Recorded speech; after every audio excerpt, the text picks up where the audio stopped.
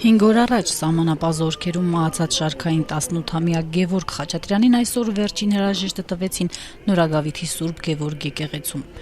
Կես տարի առաջ բանակ զորակոչված զինվորի մահվան գործով հարուցվել է քրեական գործ, նախնական վարկածով ինքնասպանության հասցնելու համար։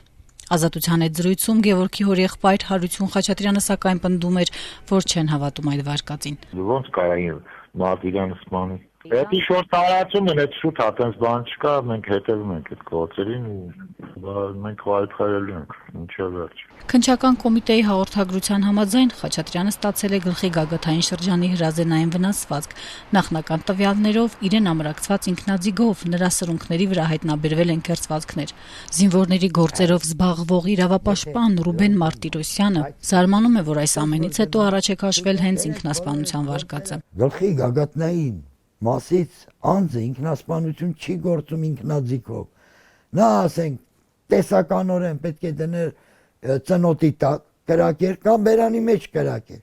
Իրավապաշտպանը ուշադրություն է հրավիրում նաև զինվորի սրունքների վրայի քերծվածքներին, պնդելով, որ իրավապահները պարտավոր են պարզել դրանց պատճառներն ու վաղեմության ժամկետը։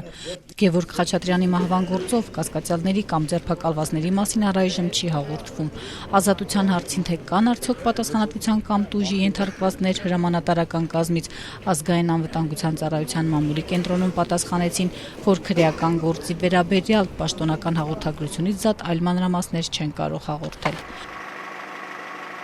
Առայժմ պաշտոնական տեղեկություններ չեն հաղորդվում։ Այս տարի զինված ուժերում խաղաղ պայմաններում քանի մահվան դեպք է արձանագրվել։ Հելսինկյան քաղաքացիական ասամբլեայի Վանաձորի գրասենյակի տվյալներով մինչդեռ անցած 11 ամիսներին բանակում արձանագրվել է սպանության եւ ինքնասպանության 9 դեպք,